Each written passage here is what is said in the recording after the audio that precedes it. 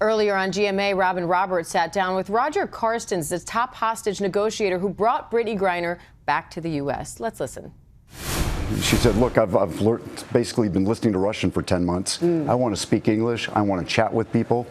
And then as I tried to point her to her seat, she just walked right past me and went right to the crew and started introducing herself to the crew members.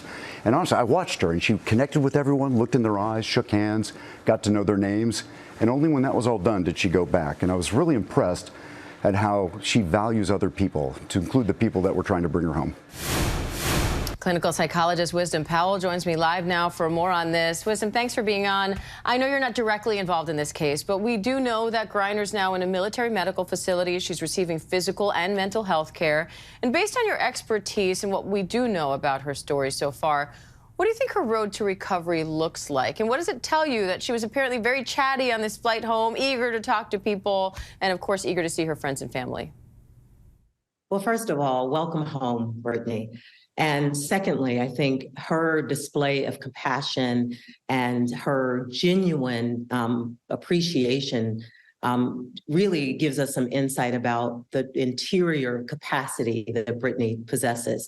And I think that is the interior capacity that's going to make her recovery a lot less difficult. We know that prisons or carceral settings are inherently traumatic places that are designed really to control and surveil, and they can be dehumanizing, particularly for women and particularly for people who occupy positions of marginality and who come from communities like LGBTQ plus communities who are at higher risk for abuse and dehumanization in those settings. So with that information in mind, we can sort of understand a little bit about what her recovery may be like. But again, this is purely speculative as we don't really know the full story of what Brittney endured.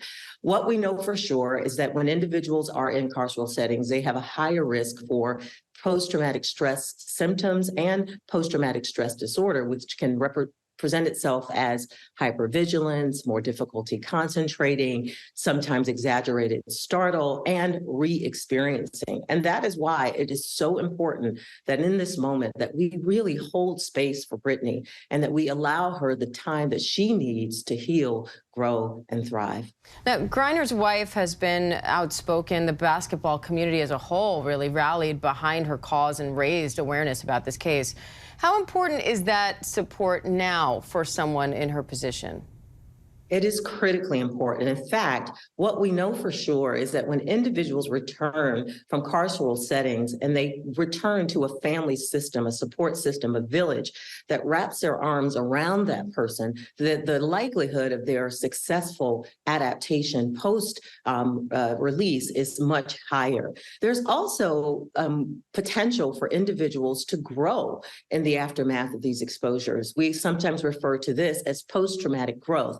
And given what we've already borne witness to with respect to how Brittney is reintegrating her compassion, her chattiness on the plane, it suggests that she has a firm foundation that actually sets her up the possibility of rebounding from this experience, but not only just rebounding, but growing and finding new meaning and significance in what she's experienced. All right, Wisdom Powell, great to have you. Thank you. Wonderful to be here. Hi, everyone. George Stephanopoulos here. Thanks for checking out the ABC News YouTube channel. If you'd like to get more videos, show highlights, and watch live event coverage, click on the right over here to subscribe to our channel. And don't forget to download the ABC News app for breaking news alerts. Thanks for watching.